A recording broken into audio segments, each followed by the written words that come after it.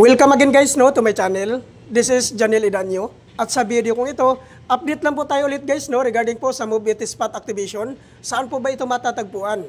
Matatagpuan po ito guys sa G. Lerma Street, Zone 3, Caloocan City. So yan po ang pinaka-venue po ng ating spot activation. So ano po ba ang mga requirements na kailangan po nating i-prepare before po tayo pumunta sa spot activation na ito?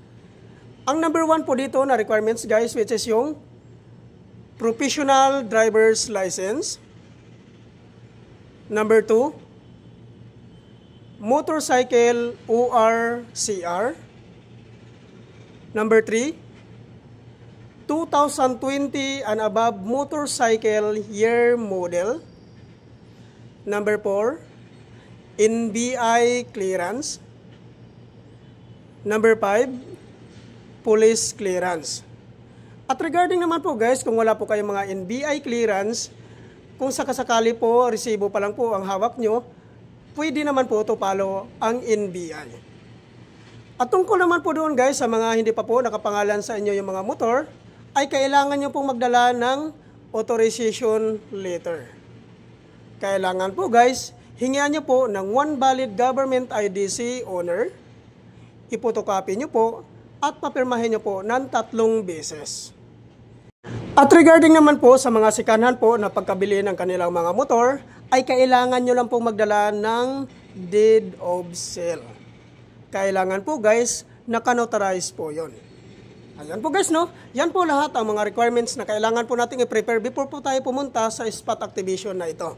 At ang kagandahan po dito guys pag once ma-activate po kayo sa spot activation na ito, ay maabil mo po ang mga previous po na binibigay po dito ni MOVEit. Ano po ba ito ang mga previous na binibigay po ni MOVEit? Ang number 1 po na previous po dito guys, which is yung pre-helmet. Number 2, pre-2 jersey. Number 3, pre-raincoat. Number 4, pre 2 weeks zero commissions. Ano po ba ito ang tinatawag na pre-2 weeks zero commission?